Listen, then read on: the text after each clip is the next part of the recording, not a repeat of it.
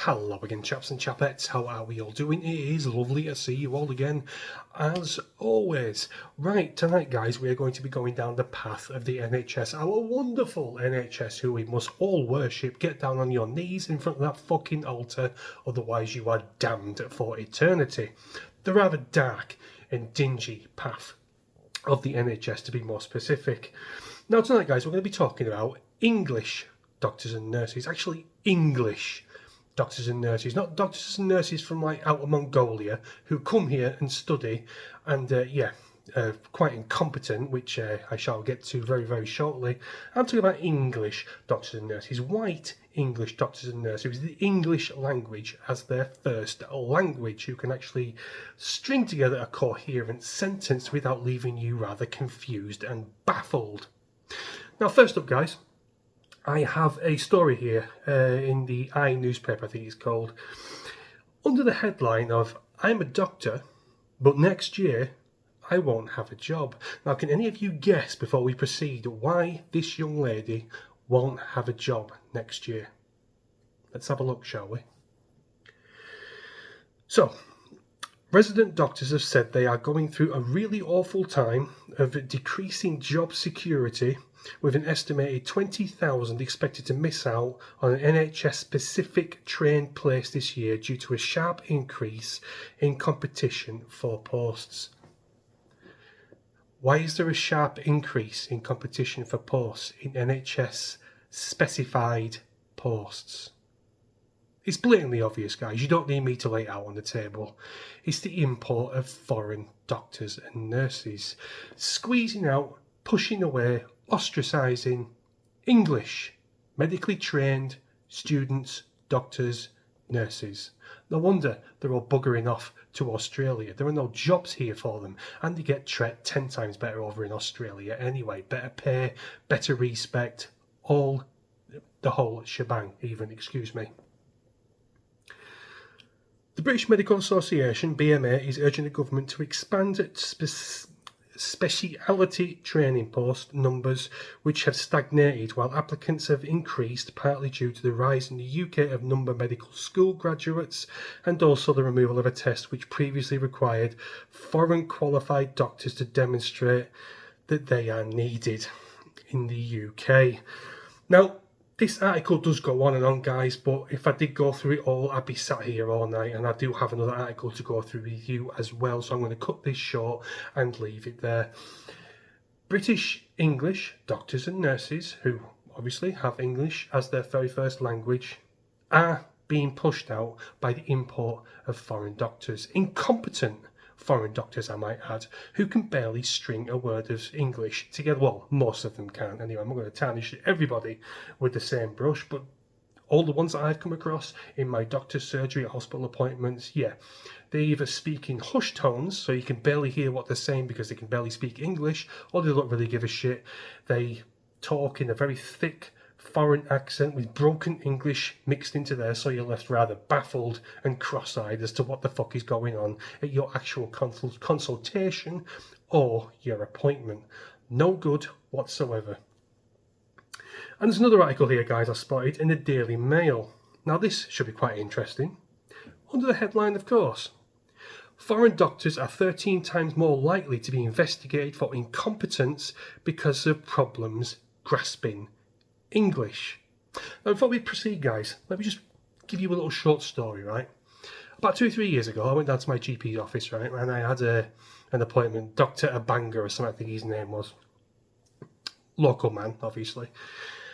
And I went to my appointment, told him my symptoms, told him what was going on, and he was sort of like looking at me starry-eyed, like he didn't understand what the fuck I was talking about. He probably didn't anyway. And he turned to his computer, and I saw on his computer screen he was actually Googling what was wrong with me. This is a doctor, a GP we're talking about. A locum doctor, of course, but still a GP. You'd expect him to know through his years of medical training, etc., and his time in the field of being a GP. You'd think he'd know what was wrong with me. I mean, I'm not going to go into what was wrong with me at the time, but even I knew what was wrong with me. I just wanted clarification from an actual doctor. I myself did a bit of Googling. I diagnosed myself. Like I say, I just wanted a doctor's opinion. And he had to Google it himself. Now, that does not instill me with confidence when I'm going to see a GP about a medical issue which I did actually need sorting. The mind really does boggle, guys. So I'll just quickly breeze through this, guys. This Daily Mail article. Doctors who qualified in Bangladesh are 13 times more likely to be incompetent, shocking figures show. Often unable to communicate fluently even, God, even I'm struggling now, with patients in British, English, I should say, with patients in English that can negatively impact their medical ability. While poor training in countries with lower standards and cultural barriers could also be to blame, experts warn. The findings back up the need for a standard testing procedure for all doctors before they begin to practice on patients. That should go without saying, you'd think, wouldn't you? And there's a very small graph here right at the bottom, guys, that reveals each country's competence by numbers. So, Bangladesh, top of the list, 13 more times likely to be incompetent. Second place, Egypt, 8 times more. Third place, Nigeria, 8 times more. Iraq, 7 times more. Germany, 6 times more. I'd much rather have a German practitioner than someone from a sandpit shithole. I mean, just think about it, right, guys? What would you rather have? Would you rather have someone treating you who was educated and trained in a nice shiny college with nice bright windows, nice and clean, things like that? Or would you rather have someone looking at you in a medical fashion who was trained in a mud hut made from corrugated metal, who has stuff under their fingernails that maggots could feast on for about 10-15 years? I'm pretty sure I know which way you guys would go. India, 5 times more to be incompetent. Eastern Europe, 4 times more. Greece, 3 times more. Ireland, 2 times more. And the rest of the world, 2 times more.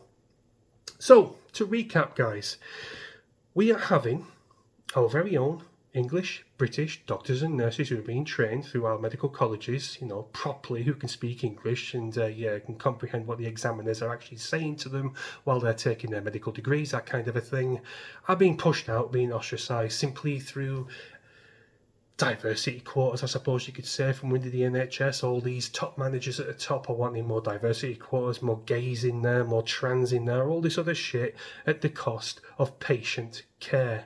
That's why you get these videos popping up on social media with black carers beating up old women in wheelchairs and abusing Alzheimer's patients and stuff like that, horrific fucking scenes.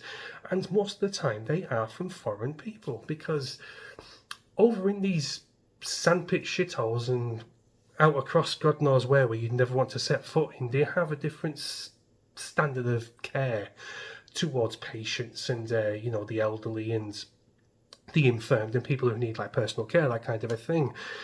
We live to a higher standard of living in the West, and bringing in third world doctors, they're going to be bringing in their third world practices, and that's not going to be a very good mixture for, competent doctors and competent nurses.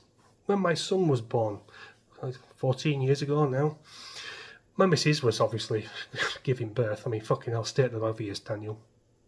And the injection they put into your wrist there or up here, the IV drip, whatever the hell it is, they even managed to bodge that up. Some Romanian woman, she punctured one of my missus's nerves, it collapsed, and she was fucking pissing blood all over the place. It was an absolute catastrophe.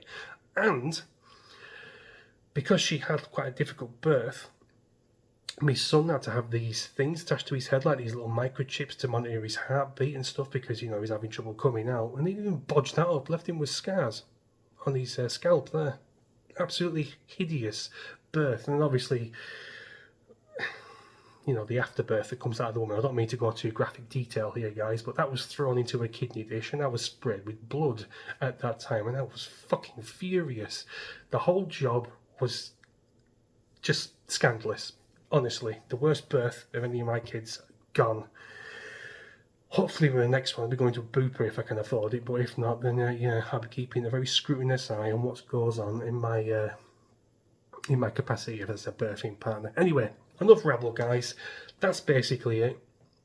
English doctors and nurses, British doctors and nurses are being pushed aside simply for diversity quotas so we can ram in as many third world doctors as we can possibly poach. I mean, yeah, this is the world we live in. And of course, we are supposed to kneel and bow to the NHS at any given opportunity. And if you don't, you are ostracised, you are called evil, you are called a Nazi, a transphobe and a racist simply for not following along that the NHS is our saviour.